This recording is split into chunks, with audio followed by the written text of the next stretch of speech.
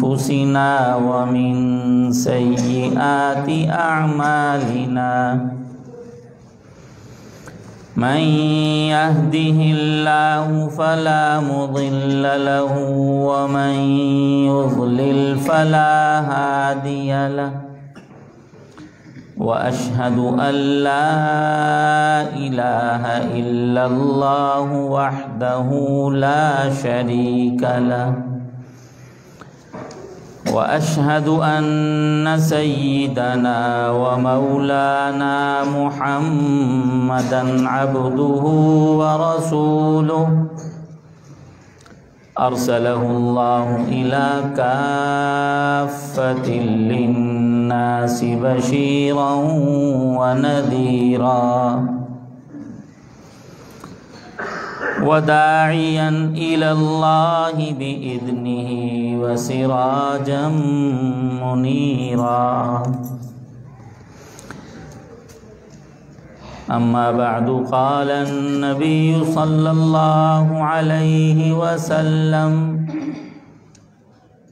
من تمسك بسنتي عند فساد أمتي فله أجر 100 شهيد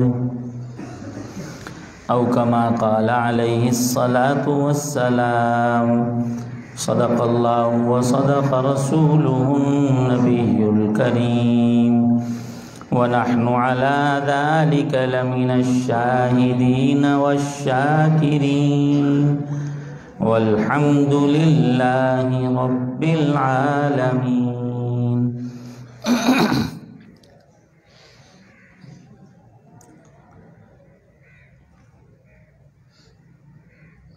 ہمارے معمول میں تو ہر اتوار میں اس مبارک مجلس میں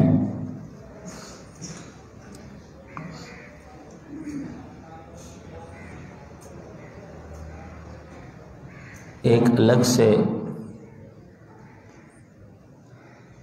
حدیث مبارک پر درس ہوتا ہے.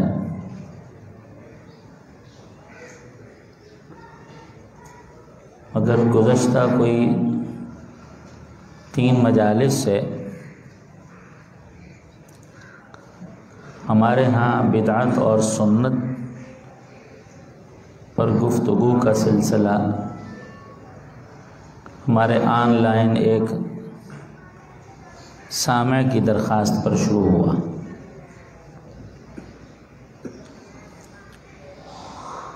گزشتہ سے پچھلے درس میں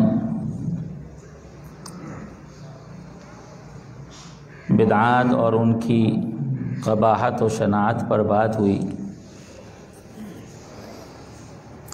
اور گزشتہ مجلس میں سنت اور سنت کی اہمیت پر بات ہوئی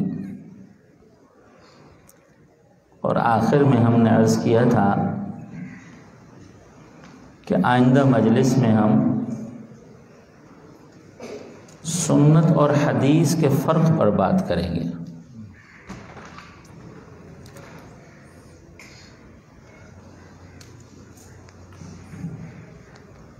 تو آج وہ وعدہ پورا کرنا ہے.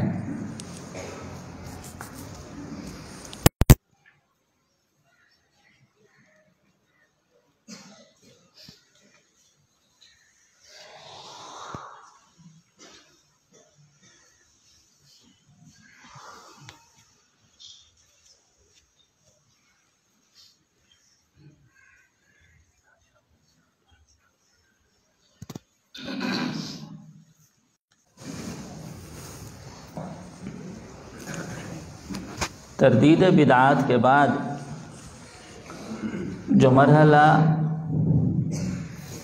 اتباع شریعت کا آتا ہے وہ بہت اہم ہوتا ہے.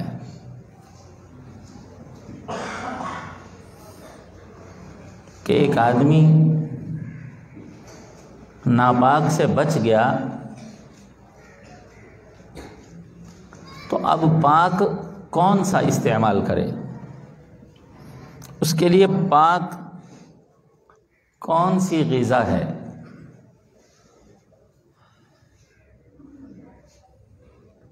یہ مستقل ایک مرحلہ ہے۔ ایسا بھی ہوا ہے لوگ بدعات سے بچتے ہوئے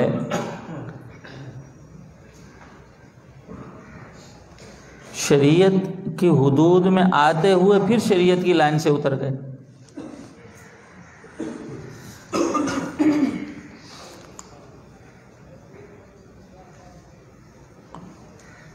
اور اس میں ایک فنی اور علمی سی غلطی ہو جاتی ہے۔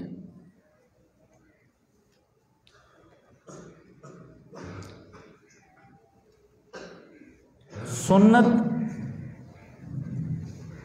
اور حدیث کا علمی اور عملی دونوں طرح کے فرق ہیں۔ علمی اعتبار سے سنت کی تعریف جدا ہے اور حدیث کی تعریف جدا ہے۔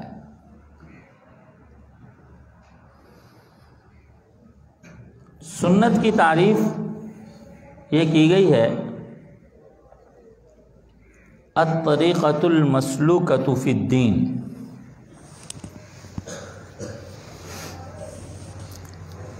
دین کے رائج طریقے کو سنت کہتے ہیں۔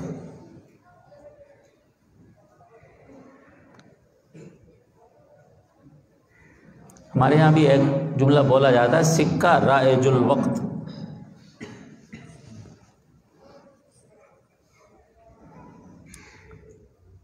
ہم میں بہت سارے بزرگ یہاں موجود ہیں کہ جب ان کا بچپنا تھا تو کچھ اور سکے تھے، وقت گزرنے کے ساتھ ساتھ وہ سکے منسوخ ہوتے آئے۔ ہمارے بچپنے میں بھی کچھ سکے تھے، 5 پیسے 10 پیسے، یہ ہمارے بچپنے کے سکے تھے۔ 4 آنے 8 آنے روپیہ یہ سکے تھے۔ میرا خیال ہے روپیہ پھرتا ہے، باقی گم ہو گئے ہیں، یعنی ان سکوں کا رواج ختم ہو گیا۔ اب 5 کا سکہ ہے، 10 کا سکہ ہے اور روپے آ گئے 10 کے 20 کے فلاں فلاں۔ ایک 500 والا ایک بڑا سا نوٹ ہوتا تھا، وہ بھی منسوخ ہو گیا۔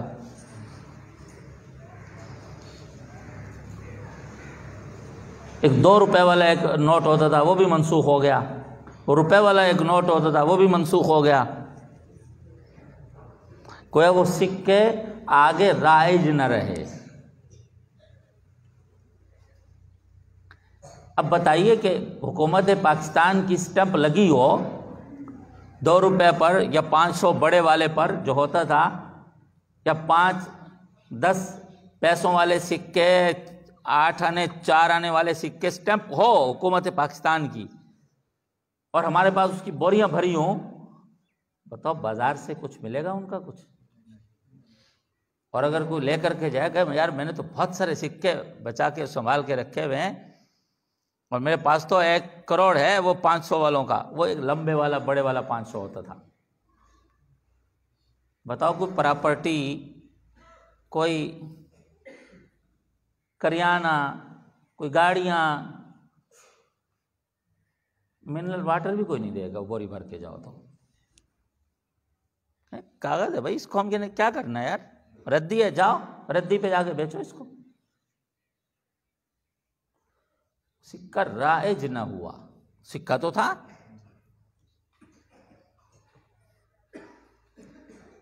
تو سنت کا مفہوم ہے الطریقۃ المسلوکۃ فی الدین۔ سرور کائنات صلی اللہ علیہ وسلم کا ایسا مبارک قول، فعل، بول وہ دین میں رائج ہو گیا، چالو ہو گیا، وہ دین کا سکہ رائج الوقت ہو گیا، قیامت تک کے لیے وہ رائج ہو گیا، چالو ہو گیا۔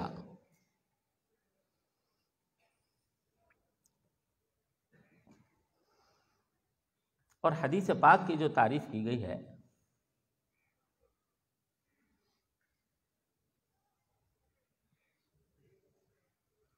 مختلف تعریفیں محدثین سے منقول ہیں. آسان تعریف تو ہے اقوال رسول اللہ صلی اللہ علیہ وسلم و افعالہ و احوالہ و تقریراتہ. یوں بھی تعریف کی گئی ما اسند الی النبی صلی اللہ علیہ وسلم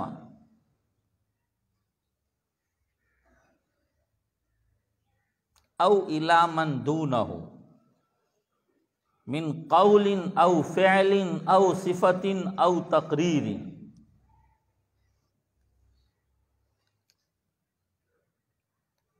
اگرچہ فقہاء کے ہاں جا کر کے ذرا سی تقسیم ہو جاتی ہے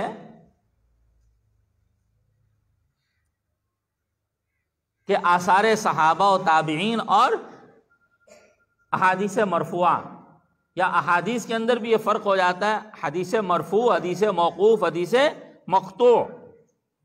حدیث مرفوع وہ ہے جو رسول اللہ صلی اللہ علیہ وسلم کا ارشاد ہے، آپ کا قول ہے، فعل ہے، تقریر ہے، یعنی آپ کے سامنے کوئی کام ہوا آپ اس پر خاموش رہے، یہ تقریر کہلاتی ہے، حدیث تقریری. صحابی کا کوئی قول ہے، فعل ہے، تقریر ہے، اس کو حدیث موقوف کہتے ہیں.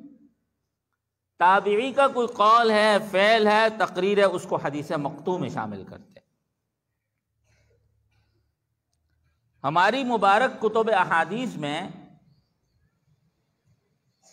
احادیث مرفوعہ، موقوفہ، مقطوعہ تینوں ہوتی ہیں. تینوں کے مجموعوں سے ہماری کتب احادیث بھری رکھی ہیں.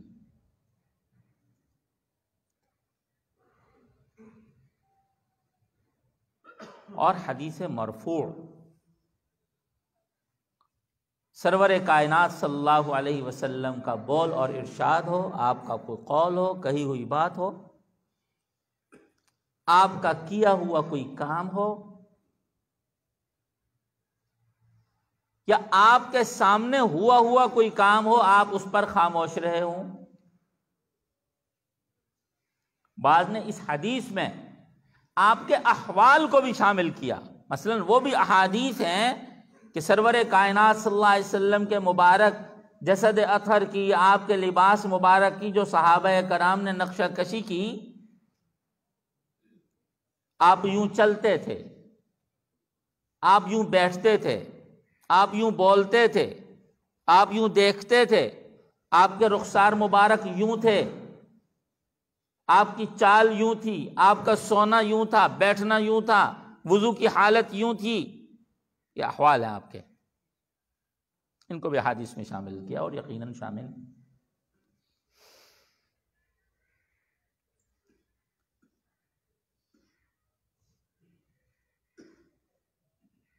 پھر یہ جو احادیث مبارکہ ہیں یہ دو طرح کی ہیں. ایک وہ مبارک احادیث ہیں جو مرحلہ سنت میں داخل ہیں، اور ایک وہ احادیث ہیں جو مرحلہ سنت میں داخل نہیں ہیں.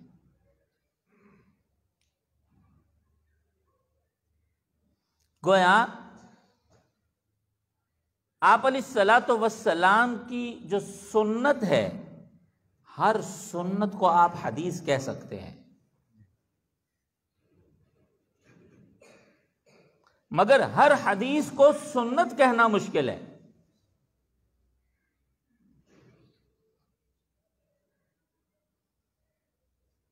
ہر سنت حدیث ہے. اس کو علمی زبان میں عموم خصوص مطلق کی نسبت کہہ سکتے ہیں ہم.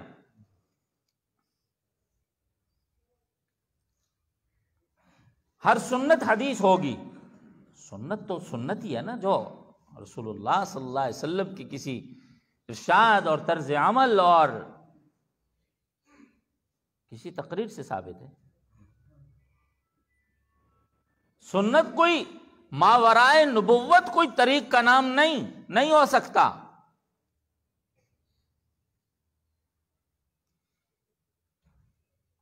ہاں یہ تو ہو سکتا ہے کہ سرور کائنات صلی اللہ علیہ وسلم کی مبارک زندگی میں اس سنت کا ظہور نہ ہوا ہو، عام نظروں سے پوشیدہ رہا ہو، سرور کائنات صلی اللہ علیہ وسلم کی اس دنیا سے رحلت کے بعد صحابہ کرام، خلفائے راشدین کے ہاں سے اس سنت کا ظہور ہوا ہو، ظاہر ہوئی ہو۔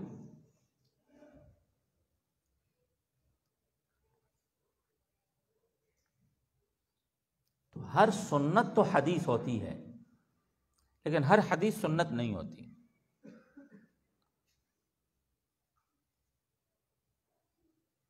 نہ صرف یہ کہ ہر حدیث سنت نہیں ہوتی، بلکہ ہر حدیث نہ صرف یہ کہ قابل العمل نہیں ہوتی، بلکہ بہت ساری احادیث کا وہ حصہ ہے جو ممکن العمل بھی نہیں ہوتا۔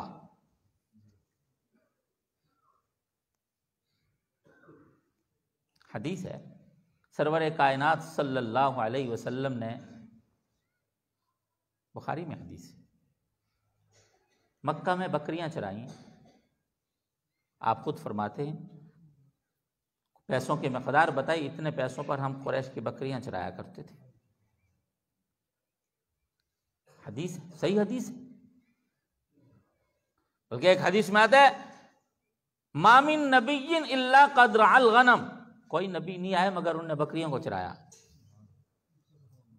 علماء نے لکھا ہے کہ انبیاء کو بچپن سے تربیت دی گئی کہ تم میں امت کو سنبھالنا ہے جا کے، اور آپ کے اندر سنبھالنے کی کیا تدابیر ہونی چاہیے۔ اس لیے بکری ایسا جانور ہے نا جس کو بچانا بھی ہوتا ہے، سنبھالنا بھی ہوتا ہے۔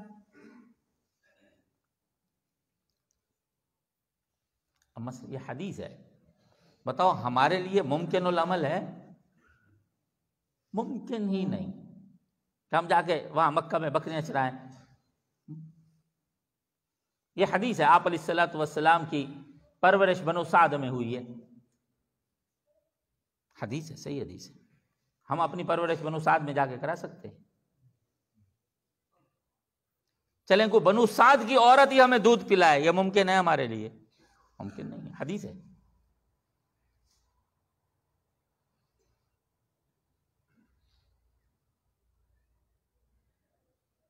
آپ علیہ الصلوۃ والسلام نے جس جگہ جا کر کے جنگیں لڑی ہیں، یہ احادیث ہیں، ہم اس جگہ جا کر کے جنگ لڑ سکتے ہیں؟ نہیں لڑ سکتے۔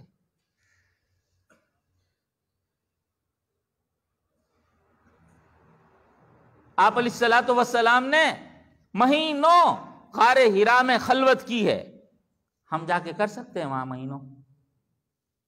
اول تو ہر ایک کے بس میں نہیں وہاں جانا، چاہے جا کے وہاں رہنا اور خلوت کرنا۔ ہم لوگ غار ثور میں جا کر کے چھپ سکتے ہیں، حدیث ہے؟ نہیں ہے حدیث بھائی، بتاؤ سارے ذرا آپ سمجھیں گے، یہ بات بڑی حساس سی چھیڑ دی ہے میں نے۔ بتاؤ ان حدیث پر عمل کرنا ممکن ہے؟ یہ حدیث ہے کہ آپ نے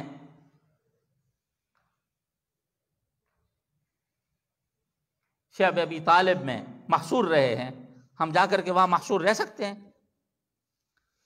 حدیث کا ایک باب ہے ایسا کہ جس کو ہم علمی طور پر تو محفوظ رکھتے ہیں، پڑھتے ہیں، پڑھاتے ہیں، سمجھتے ہیں، سمجھاتے ہیں، مگر ان پر عمل کرنا ممکن ہی نہیں۔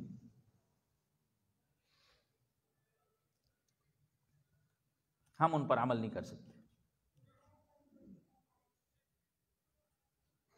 احادیث ہے نا، آپ کے 9-11 نکاح ہیں، بیویاں ہیں، احادیث ہے نا، ممکن ہے کہیں عمل کرنا ان پر؟ ممکن ہی کوئی نہیں ہمارے لیے۔ لیکن شرعاً جو چیز ناجائز ہے تو ہمارے لیے ممکن کہاں ہے؟ ممکن کا یہ مطلب نہیں ہے کہ وہ جیسے کسی صاحب نے مسئلہ بتایا کہ یار وہ جو ہے نا ہوا خارج ہو تو وضو ٹوٹ جاتا ہے۔ ایک صاحب نے کہا نہیں، میں تو پڑھتا رہتا ہوں، میری تو نماز نہیں ٹوٹتی۔ ہوا خارج ہو تو انہوں نے کہا نماز ٹوٹ جاتی ہے۔ تو صاحب بولے نہیں میری تو کبھی نہیں ٹوٹی، میں تو پڑھتے رہتا ہوں نماز۔ ان کا مطلب یہ تھا کہ ہوا خارج ہو تو کوئی آگے تھپڑ لگائے گا، اٹھا کے ایک طرف پھینکے گا، وہ تو شرعی حکم ہے بھائی، ہوا خارج ہوگی تو آپ کی نماز ٹوٹ گئی، بات ختم ہوگی، بھلے پڑھتے رہے آپ، الٹا پڑھو گے تو گناہگار ہوو گے اس حال میں۔ ناممکن کا مطلب یہ ہے شریعت میں ایسا کرنا اب بہت ساری احادیث پہ ہم عمل کریں ہمارے لیے جائز ہی نہیں ہے۔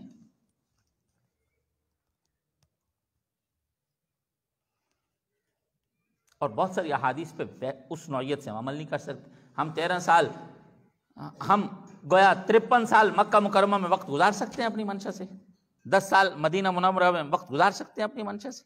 نہیں گزار سکتے۔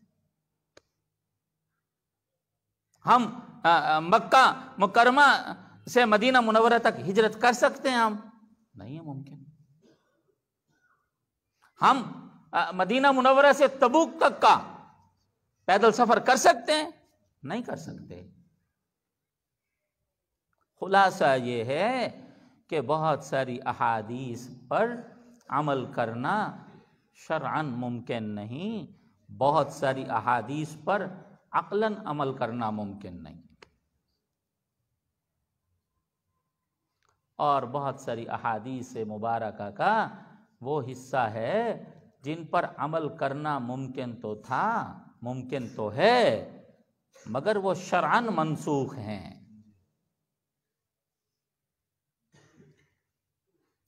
حدیث ہے سرور کائنات صلی اللہ علیہ وسلم، صحیح بخاری کی حدیث ہے، اتا سباتۃ قوم فبال قائما، قوم کی روڑی پر تشریف لے آئے اور کھڑے ہو کر پیشاب کیا۔ پہلی بات تو اس حدیث کے بعض اجزاء پر ہمارے لیے عمل کرنا ممکن نہیں کہ اس روڑی پر جائیں، چونکہ تو جا کر کے کھڑے ہو کر پیشاب کریں، ممکن نہیں، یہ عقلاً ممکن نہیں، اور شرعاً ہم اس کو سنت نہیں کہتے۔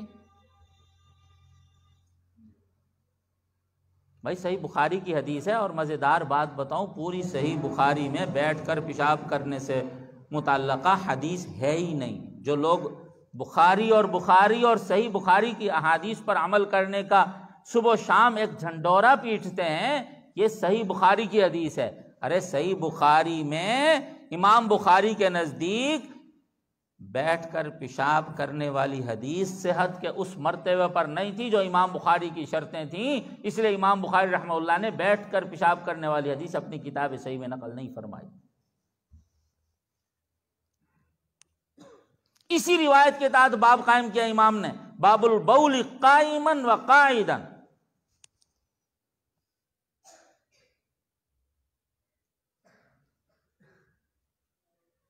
بول قائمن کو صراحتاً اور بول قائدن کو بطریق اولا سے دلالتاً و اشارتاً ثابت فرمایا ہے۔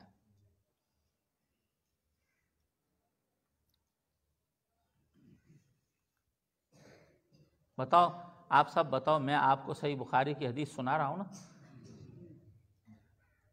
الحمدللہ میں صحیح بخاری کا طالب علم ہوں،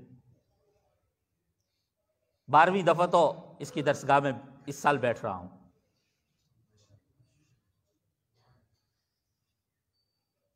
تو میں اگر کہوں یار تمہیں میں حدیث سنا دی ہے، آج سے جا کر آپ سب نے کھڑے ہو کر پیشاب کرنا ہے، میری بات مانو گے؟ یار میں حدیث سنا رہا ہوں، صحیح حدیث سنا رہا ہوں یار آپ کو، اور میرے ساتھ بڑے علماء بیٹھے ہوئے ہیں، ذمہ داری سے بات کر رہا ہوں، صحیح حدیث بتا رہا ہوں یار آپ کو، عمل کرو گے؟ خواتین اس پر عمل کر سکتی ہیں؟ وہ لطیفے کی بات ہے، وہ ہمارے بزرگ تھے مولانا امین صفدر اکاڑوی رحمۃ اللہ علیہ، تو ان کے پاس ایک بندہ آیا پٹا ہوا، بڑا ذلیل تھا، جیسے نا بیوی نے ذلیل کر رکھا تھا۔ وہ کیا ذلیل کر رکھا تھا بیوی نے اس کو؟ وہ بیوی جاتی تھی کسی غیر مقلد عالم دین کے درس پر، تو وہ روزانہ اس کو کوئی نہ کوئی 2-4 حدیثیں بتا دیتا، وہ سیدھا سیدھا یاد کر کے آ جاتی وہ خاتون، اور آ کر کے مرد کے ناک پہ لڑ جاتی، آج تیری داڑھی چھوٹی، تو نے مجھے کیوں کاٹتی، مجھے تیری بڑی ہوئی ہے، فلانا کام تیرا حدیث کے خلاف ہے، تو نماز حدیث کے مطابق نہیں پڑھ رہا، تو فلانا وظیفہ حدیث کے مطابق نہیں پڑھ رہا، ناک پہ دم۔ اب بیوی ناک پہ لڑ جائے تو بتاؤ دنیا میں بندہ کہاں جائے؟ سارے جہان سے تو بچ بچا کے بندہ گھر آتا ہے، اور گھر میں ایک جہنم قائم ہو جائے، بتاؤ اب بندہ کہاں جائے؟ کسی نے بتایا یار یہ مولانا امین صفدر صاحب ہیں، یہ بڑے اچھے عالم ہیں، آپ ان سے مشورہ کرو۔ تو وہ آیا تو حضرت کو بتایا، حضرت یہ صورتحال ہے۔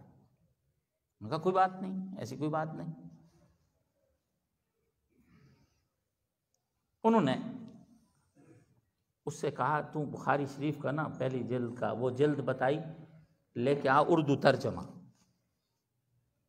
لے کے آیا، اور یہ حدیث نشان لگا کے دکھا دی نا کہ یہ حدیث پاک ہے۔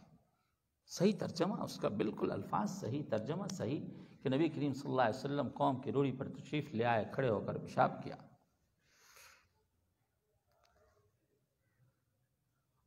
اور علمی فقاہت ہے، بس وہ میرا خیال ہے چونکہ ہمارا آن لائن درس ہوتا ہے، ہزاروں لوگ اس میں شریک ہیں۔ دوسرا بھی ایک بہت شاندار بات ہے، لیکن میں سمجھتا ہوں کہ میں نہ بتاؤں اچھا ہے۔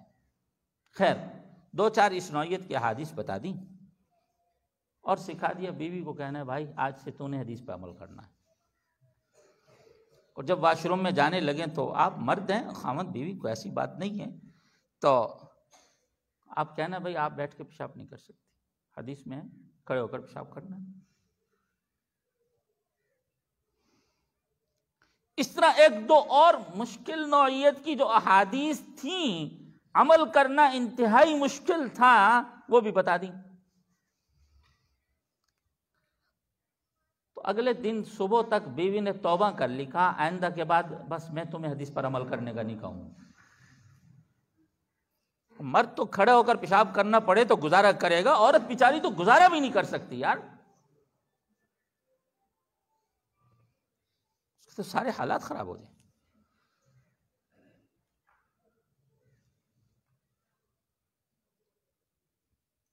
اس لیے ہم فقہا کے پاؤں پکڑتے ہیں، ان کے قدموں میں بیٹھتے ہیں، بتائیے ہم پیغمبر کی زندگی کو قابل عمل کیسے بنائیں؟ خدا کی قسم اگر راستے سے فقہا ہٹ جاتے، امت کا ایک طبقہ قرآن و سنت کا منکر ہو جاتا۔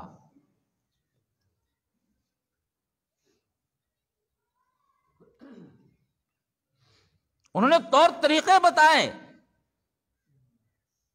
ہر پیغمبر علیہ الصلوۃ والسلام کے ارشاد و عمل کا محمل سے ہی متعین فرمایا۔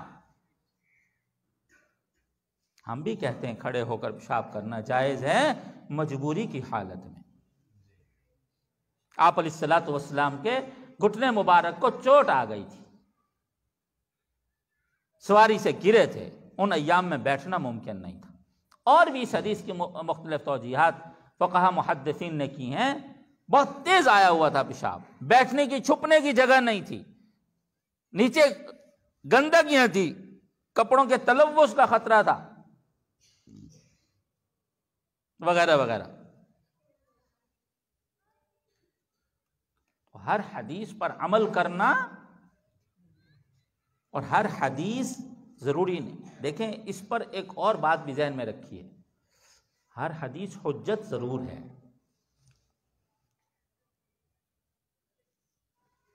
کسی حجت کے ہونے کا مطلب اس پر عمل کرنا ضروری نہیں۔ یہاں سے حجت حدیث کا انکار نہیں ہو رہا، وہ منکرین حدیث کا موضوع ہے، ہم اہل سنت ہیں، ہر حدیث کو ہم حجت مانتے ہیں، صحیح مانتے ہیں، ان کا اپنے خواص مواقع پر ان کا جو قابل عمل ہونا ہے وہ بھی ہم تسلیم کرتے ہیں۔ وہ تو کہتے ہیں کہ 250-300 سال کے بعد بیٹھ کے لوگوں نے واہی تباہی چیزوں کو جمع کرنا شروع کر دیا اور نبی الاسلام کی طرف منسوب کر دیا۔ حدیث حجت ہی نہیں، حدیث حجت ہے تو صحابہ کے لیے تھی، ہمارے لیے نہیں، یا حدیث حجت تو تھی ہمارے پاس صحیح طریقے سے نہیں پہنچی، یہ منکرین حدیث کی باتیں ہوتی ہیں۔ ہم ان تمام باتوں کی تردید کرتے ہیں۔ حدیث حجت ہے صحابہ کے لیے بھی تھی، ہمارے لیے بھی ہے۔ حدیث حجت ہے، باوثوق ذرائع سے ہم تک پہنچی ہے۔ حدیث کے وحی ہونے کا وہ انکار کرتے ہیں، ہم حدیث کے وحی ہونے کا اقرار کرتے ہیں۔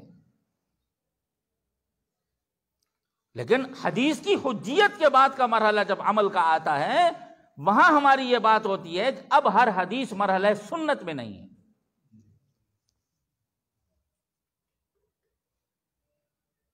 نماز میں بات ہو جاتی تھی ہماری احادیث میں، بلکہ حضرت عبداللہ بن مسعود رضی اللہ تعالی عنہ کی غالباً روایت ہے، یہ ذو ہجرتین حبشہ سے جب آئے، کچھ صحابہ مکہ مکرمہ سے حبشہ چلے گئے تھے، جب آپ علیہ الصلوۃ والسلام مکہ مکرمہ سے مدینہ منورہ تشریف لائے تو وہ پھر وہاں سے یہاں تشریف لے آئے، کوئی ان کی 2 ہجرتیں ہو گئیں۔ تو اس سے پہلے بات ہو جاتی تھی۔ کہتے ہیں ہم آئے تو ہم نے پوچھا، یعنی یوں بھی آ کر پوچھ لیتے تھے کتنی رکعتیں ہو گئیں، دوسرا بتا دیتا 2 ہو گئیں یا 3 ہو گئیں، اتنی سی بات بھی ہو جاتی تھی۔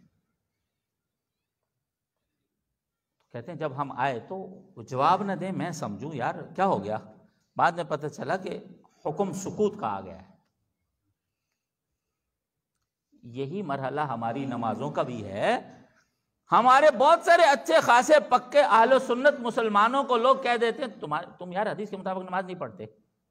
لا الہ الا اللہ، کس کے مطابق نماز پڑھتے ہیں؟ کلمہ تو اسی پاک پیغمبر کا پڑھتے ہیں، ہماری نماز اور کہاں سے آئی ہے؟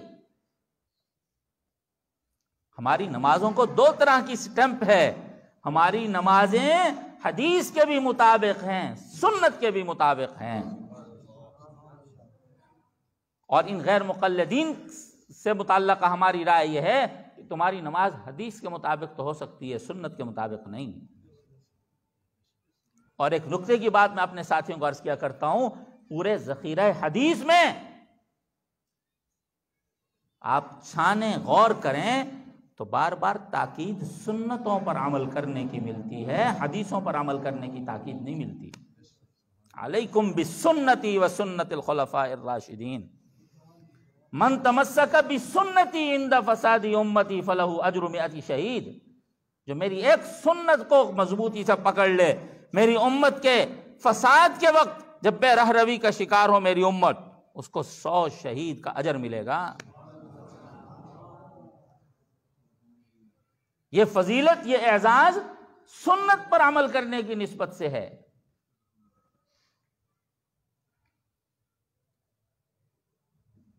اور علماء نے یہ بھی کہا کہ سرور کائنات صلی اللہ علیہ وسلم نے یوں جو فرمایا علیکم بسنتی و سنت الخلفاء الراشدین، کہ بہت ساری سنتوں کا ظہور خلفاء راشدین کے دور میں ہونے والا تھا، مبادا اس سنت کو جو ہے میری سنت لوگوں کی نظروں سے پوشیدہ اور مخفی ہے، خلفاء راشدین کے دور میں ظاہر ہو تو لوگ اس کا کہیں انکار نہ کر بیٹھے ہیں۔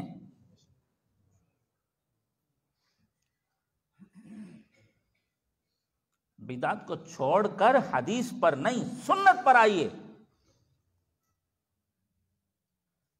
لقد کان لکم فی رسول اللہ اسوۃ حسنہ، اسوہ طریقہ کے معنی میں اور سنت بھی طریقہ کے معنی میں ہے۔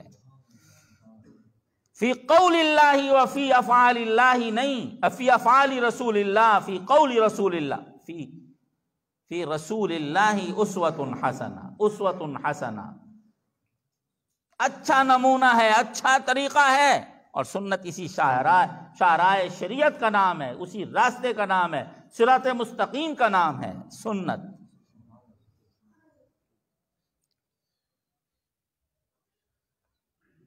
مجھے امید ہے کچھ میں سنت اور حدیث پاک کا کچھ فرق بتانے میں کامیاب ہو چکا ہوں گا۔ نماز ہم سنت کے مطابق پڑھتے ہیں، اور یہ سنت حدیث بھی ہے۔ جو کہتے ہیں تم یوں نہیں کرتے رفع یدین، ہم کہتے ہیں وہ حدیث ہے، سنت نہیں ہے،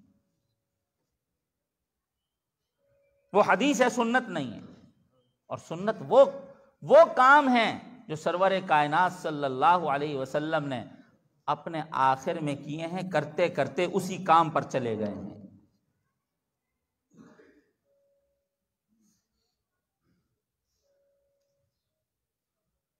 ابن مسعود فرماتے ہیں الا اخبرکم بصلاۃ رسول اللہ صلی اللہ علیہ وسلم فصلی فلم یرفع یدیہ الا فی اول مرہ.